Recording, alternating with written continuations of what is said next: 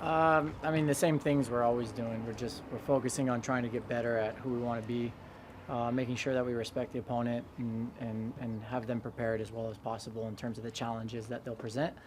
And then in these quick turnarounds, it's about getting the guys recovered, refocused, and ready to repeat high intensity, high quality actions in a short turnaround. And then obviously keeping in mind the international windows coming in, is that factoring now a little bit more, knowing exactly who's going to be heading out, maybe getting some different looks, some more rotations into the squad? No.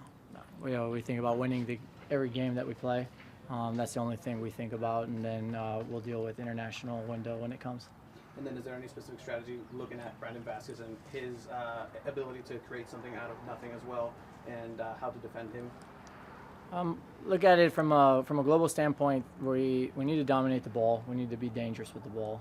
How can we be a bit more decisive to create really clear goal scoring opportunities? And then managing the ball loss transitions is going to be a massive challenge for us. And if we do that, we're going to put ourselves in a much better position to win the game. And then is there any timeline updates on injuries for Invartsen or even Willie Kumalo? No timeline for Willie yet, but he's going to be out for a little bit. It won't be a quick return. It'll be a medium term. And then Marcus will be on the bench for us this weekend, so he's progressing nice and he's back in. Having CJ locked up for a while, knowing you're going to have that calming presence in your last line of defense there, how important is that for a club to know that you got that kind of cornerstone piece there in place? Meaning from signing him to the extension? Yeah, I think it's great. I think it's, first of all, it's a testament to the hard work that he's put in terms of showing what he can do. It's a testament to our scouting department in terms of that's the guy we signed and said he's our number one from day one. And then ultimately what I'm most excited about is he's got still a ton of room to grow.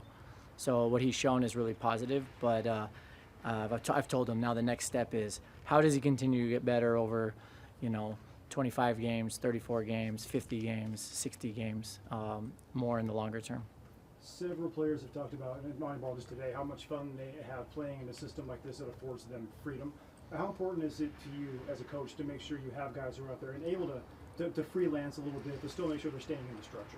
Yeah, I've always said that players are the main actors in the equation here. So they're the ones who bring the football to life. So they need to feel not only engaged but motivated and passionate about what we're doing. I say the same thing about training. If we want them to train hard, training also has to be competitive and enjoyable. And so I'm glad that I can feel that they enjoy it. But I think it's massively important because when you feel this football deep inside you, I think you're always going to give naturally even more intensity when it comes to competing. On Saturday, you were very clear about the club stance on things happening in the stands. Today's announcement that almost 36 fans will not be allowed back in. Can you maybe crystallize a message to the fan base about being passionate and supportive and doing it in the right way? Yeah, like I said, first off, we have such an amazing community here, so passionate about this game, and I really love that. But we have to make sure that we direct the passion in a positive direction, because football is a sport that has the tremendous power of uniting people.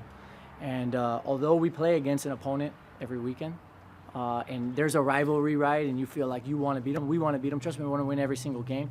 At the end of the day, this game doesn't exist without our opponent. Without the others, it doesn't exist. We cannot play this game ourselves. So we need to challenge ourselves to be passionate, grow in that passion, be the most passionate fan base in the world if we can, but at the same time recognize that violence doesn't have a place in this.